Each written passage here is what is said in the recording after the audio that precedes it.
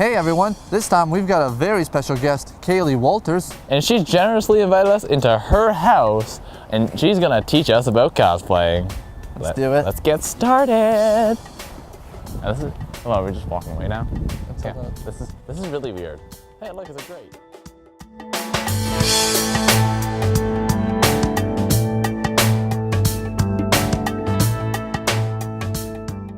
Cosplaying is a subculture that's been rising in popularity for the last 25 years. Kail Walters tells us why it's not just about dressing up.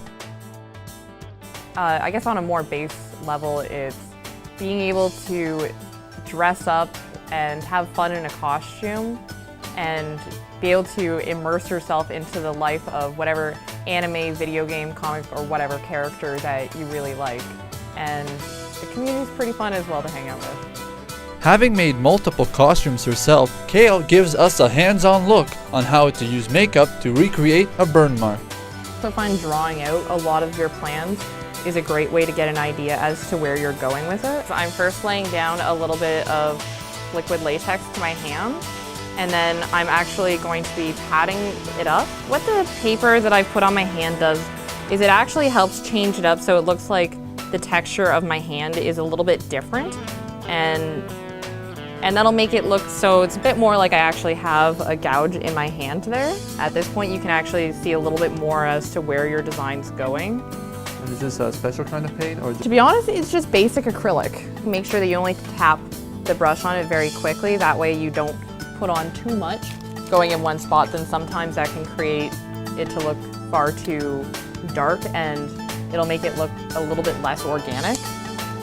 You always need to look for the things that you think you wouldn't actually need, and one of them in this case would be yellow paint. Right now what I'm doing is I'm actually changing up the base color of what you see on my skin. So it's going to allow it so when I put on the other color, it's going to make my hand look a little bit more dead, maybe a little bit more zombie-ish. So what glycerin does is over top of paint, it makes everything look very shiny. So it can make things look almost like you have a bleeding and more bloody effect to it without actually having to put in too much effort. So first I have to pat it dry a little bit. So it makes it look a little bit more normal on my hand. A simple and easy bleeding hand. So Mitchell, what did you learn today? I learned that it takes a lot of work to be able to transform yourself into your favorite character. Now, if you excuse me, I'm gonna go pretend to be a rock. All right, and I'll go do my makeup.